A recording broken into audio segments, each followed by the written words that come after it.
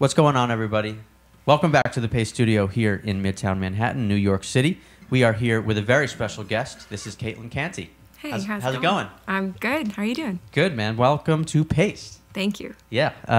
You have a new record coming out, your third full-length LP. It's called Motel Bouquet, coming out March 30th.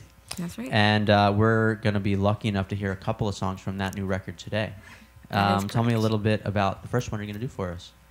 This song is, I remember writing it in, well, it's clear it started in a motel in California. The lyrics will lead you there. But I finished it in an airport, Baltimore airport, on a delay, like kind of crouched by the escalator, which I don't usually write songs that way. And I was trying to tuck myself away and not look like I was, busking, because I was trying to get this song down. So, I don't know.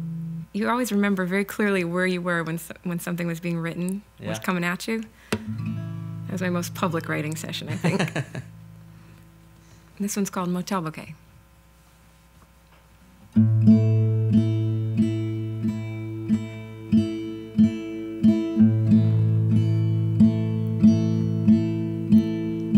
In a motel with a bouquet in the ice pail, you can tell them I'm doing okay, doing real well. I got 6 strings in the morning. The rain danced on the roof last night.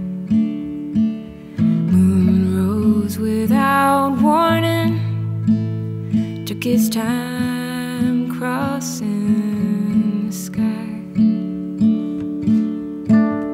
I could tell you about lonely roads and the highway. I could warn you about the trouble and the time it takes. But California woke up this morning with a sweet refrain. Yellow sun beat on the window. The light cut straight through the blinds. It was love that broke my sorrow, like the day breaks the night.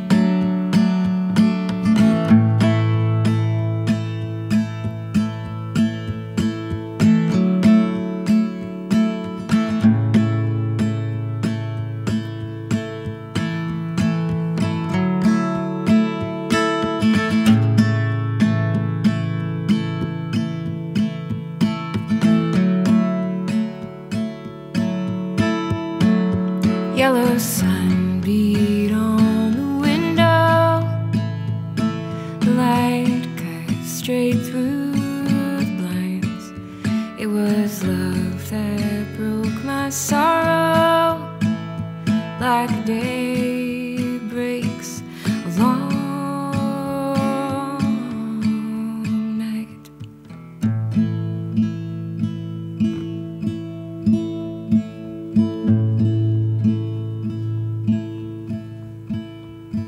In a motel with a bouquet in the ice pail, you can tell them I'm doing okay, doing real well.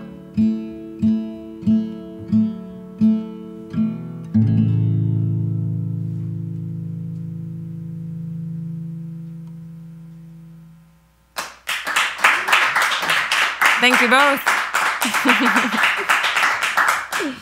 Thank you so much. Oh, sure. So that is the title track on this new record. It's actually, it's the title track in a way. It's called Motel. Oh, is that just Motel or not Yep. Motel Bouquet? You're getting my first time playing these songs live, so I just misintroduced the song.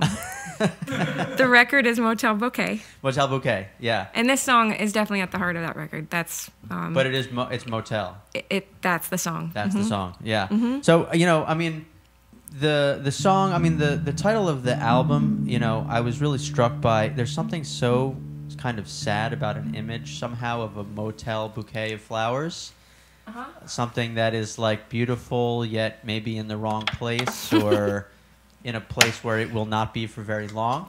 And I know that there is. So you made this record in Nashville, but you were living in New York for a while before that. A decade. A decade. Yeah. Is this an album that is generally sort of made from transition or itinerance, moving around, travel? Absolutely. That kind of thing? Yeah. Since I think about 2 months after I released the last record, I moved down to Nashville, and I wrote a lot of these songs either on tour behind that record or while I was starting to build a new home in Nashville. And, find a new community, find your band and your people. And for me, living in New York, I remember trying to make a garden on the fire escape of multiple places. Right. It's always New York garden. See, motel, a bunch of flowers in a hotel makes me feel like triumphant, like winning on the move. My little sad garden on the fire escape made me feel like I was losing. Yeah. And now in Nashville, I got a lot of dirt. Yeah, a lot of a yard to dig around in. Tons. Yeah. So I'm spending a lot of time, I just like to be outside and moving around, and any musician I know feels like they're successful if they haven't killed all of their houseplants. Yeah.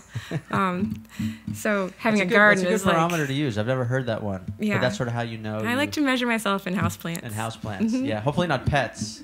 Nope. Got a dog now, actually. That's another thing I didn't have in New York. Yeah. Well, now Easily. I'm a little bit worried about him, but I'm sure he'll be fine. So, I mean, are you someone like, do you write a lot in transit, in airports and on trains and planes and buses? Is that an easy way for you to write, or a way that is conducive? I don't think there's any easy way to write. I've decided it's kind of where little things come to you and you snatch ideas or images. Like the same impulse that I'd have to raise my camera and take a picture of something is the same impulse I'd had to write a song. I want to either remember it or I want to share it, or so I don't tend to glue things together in motion. That happens like at a boring desk or the kitchen table. Yeah. But that's where I get the pieces. And so it's a little out of character to be writing by escalators, I'd say. So we're going to do a couple more today. One from Motel Bouquet, but I think this one may be an older one. This one's from my last record, and sometimes you put all these songs together, and it always feels like the top 4 on the track list are the only ones that ever get out there and get played. And I felt like playing this song today. It's like a dreary day in New York. Also, Motel, the song I just played, is like the brightest, happiest song, I think, in my arsenal.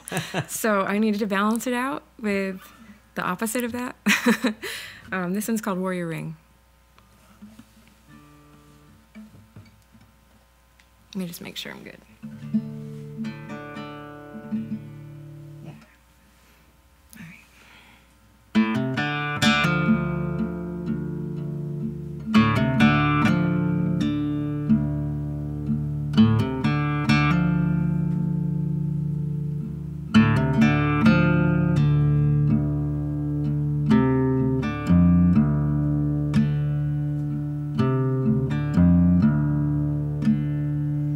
I wore your ring until the stone fell out. I wore your ring until the stone fell out. I lost the damn thing.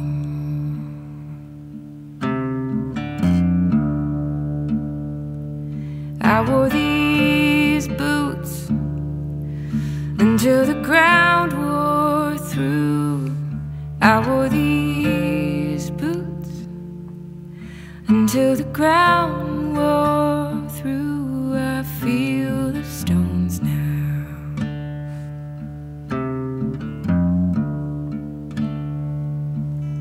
What will I do? What will I do? What will I do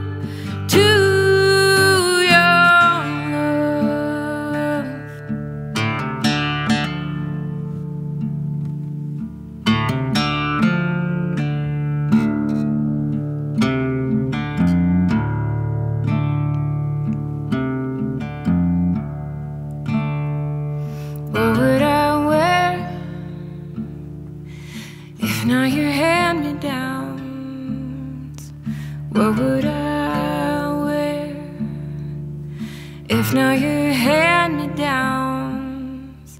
Would I be cold? Would I be proud?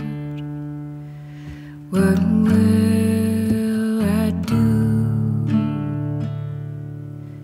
What will I do? What will I do to your love?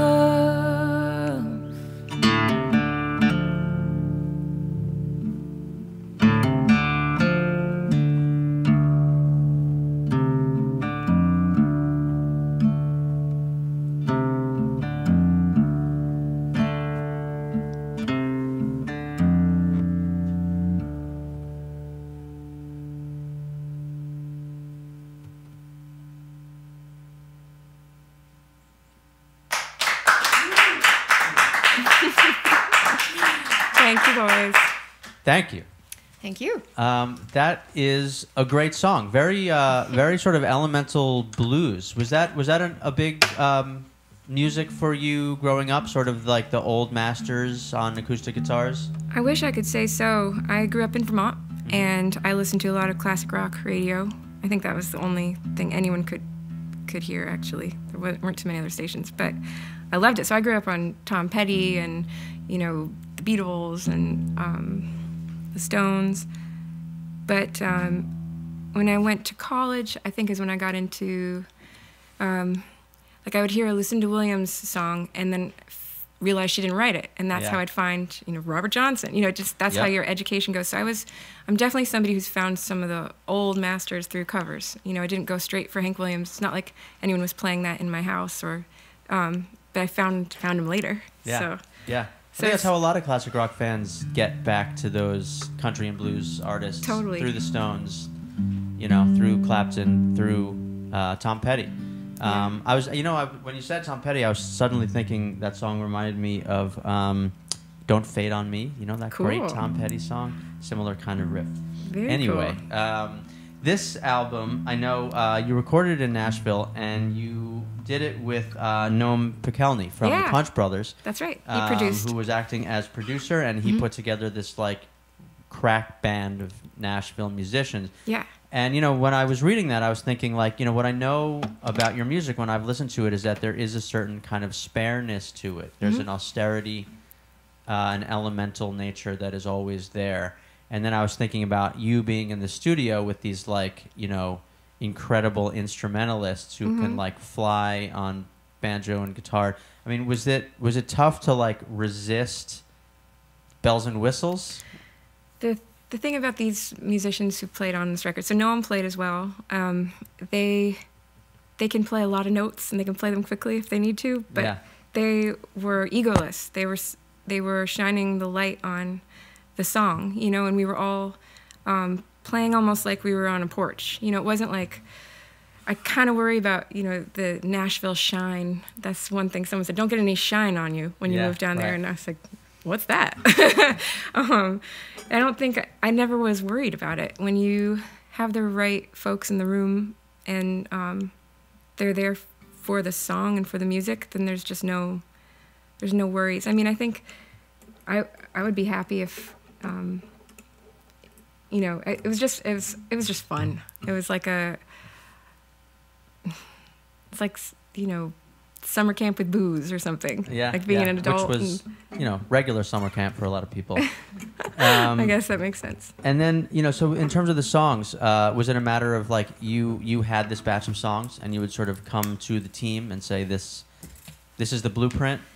So we recorded in 3 days live, and that's one of the reasons we had, like you said, these crack musicians, people who can turn on a dime and figure out an approach to a song and bring their own ideas and bring their own, you know, sound to the song. So it's not like, the way I like to record is not after the fact. Like I like to try to, people have used the word before, but it is the case, bottle lightning. Like that's what we're all after, like getting that live feeling across the part where you all feel so good playing together and trying to pin that down and share it. And the only way I found that I can do that is not overdubbing my vocals, not starting with the drums and then building up music from there. My music doesn't work like that. Yeah. And I'm not happy doing it like that. So I'm starting to have rules about how it's recorded.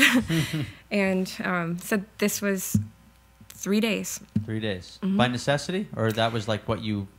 We didn't go in. We went in one day with this band thinking it would just be one day to get one song and a couple other new ones I'd written and try it out. And it felt so good. We just booked 2 more days. And that was that? Yeah. Amazing.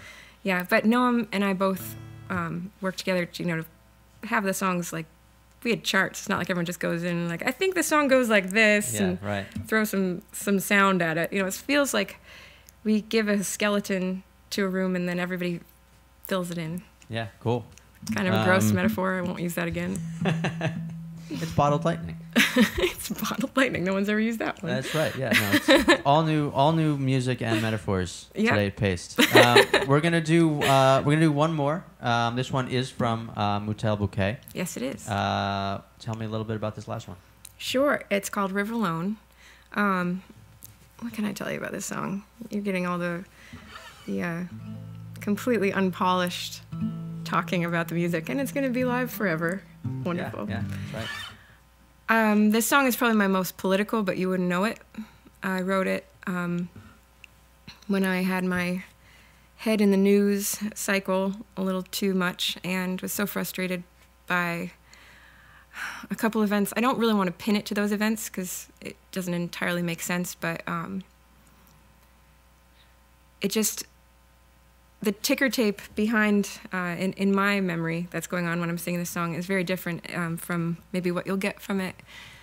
I love being out in nature. I write a lot of songs from just either seeing something beautiful or feeling impressed by something in nature. And lately, it doesn't feel quite as a serene feeling. It feels like there's a constant threat. Nature is,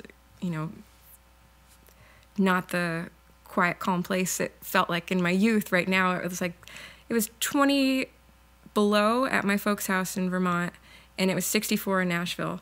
And then it switched to being 60s in Vermont and 20 degrees in Nashville in a heartbeat. And that's just, reading the temperature. But we mixed this song when we were watching a lot of Hurricane Harvey just cause a lot of destruction. So anyway, I'm going on and on about nature is sinister, but those are some of the pieces of this puzzle. All right.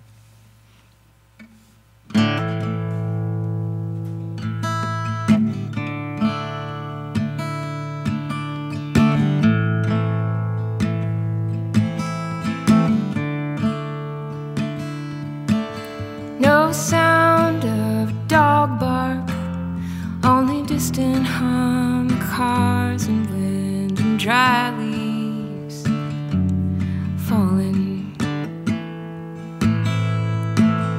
Where the light falls slant, she holds a river in her hands. November hits the ground, blanket yellow and brown.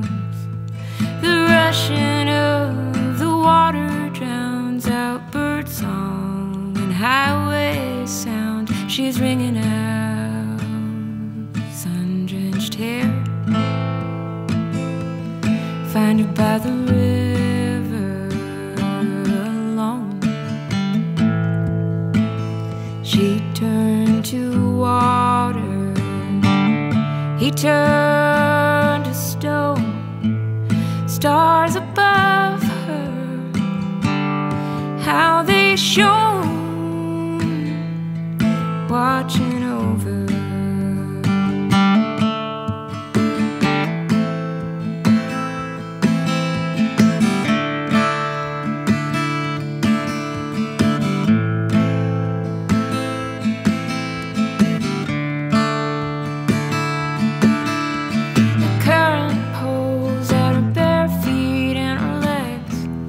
Up come a cool breeze. watching. She let the wind run his fingers through her hair. She let the sun touch her skin, young, brown, golden. He found her by the river alone. She turned to water, he turned to stone. Stars above her, how they shone, watching over.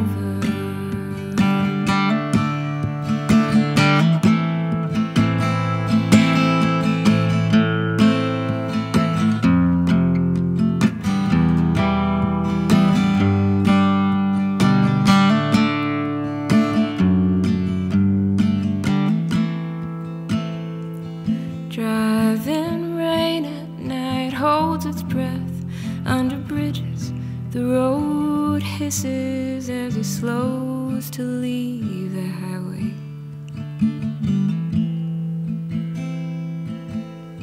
Streetlights shine on power lines, rain hangs like diamonds, a necklace for a heavy sky on a windless night. Found her by the river alone. She turned to water, he turned to stone. Stars above her, how they shone, watching over.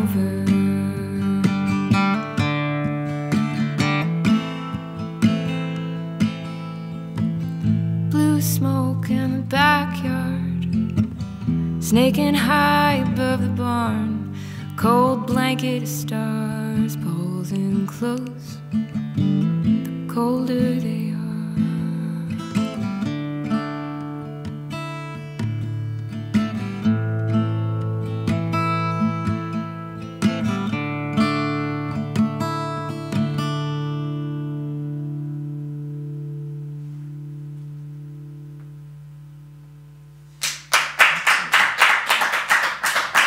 Thank you, gentlemen. Thank you, Internet. Thank you so much. Everyone, this is Caitlin Canty. And the new record, your third full-length album. That's right. It's called Motel Bouquet. It's out March 30th. Mm-hmm. And until then, there are some tour dates coming up. I know you're heading out west for California. We start in LA in March and end up back in the Northeast in April. Yeah, there's a New York show I know at Rockwood Music Hall here in Manhattan on April 26th. Yeah. That's as far as my research takes me. You know. I should say there's also a Vermont show on April 28th that didn't make it into the big announce, and my parents called like, "Are you not playing the show anymore?" So I'm coming to Vermont. Yeah, that would be absolutely.